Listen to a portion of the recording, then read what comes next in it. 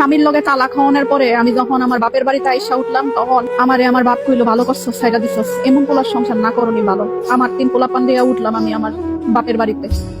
প্রথম সবাই অনেক আদর যত্ন করতো। আমার ছোট ভাইটা আমার বাচ্চাটারে দেখতো, আদর করতো, বড় ভাই খোঁজ খবর নিত, খাইছিস কিনা জিগাইতো।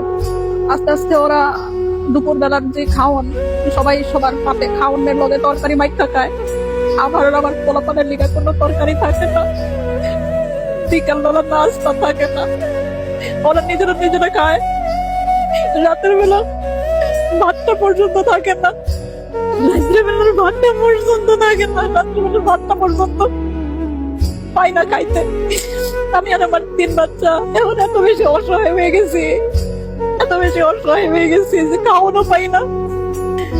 জামাই কাম করতো না, কথা শুনাইতো, এর লিগে আয়া পড়ছিলাম এই বাসায়। জামাইয়ের বাসায় খাওয়ানোর অভাব ছিল না, এই বাসায় খাওয়ানোর কষ্ট করতেছে, পড়ানোর কষ্ট করতেছে।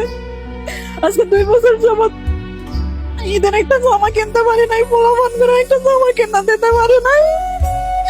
এখন মনে হয় যে জামাইয়ের সংসারটা করানো উচিত ছিল, বুঝাই শুনে জামাই সংসারটাই করানো উচিত ছিল। এত দুঃখ লাগে। হতো আর একটা বিয়া কইরা ভালোই আছে, কিন্তু আমি তো একলাই রয়ে গেলাম। কেউ না পারতে ছোটখাটো ব্যাপারের লিগা তালাকটা নিয়েন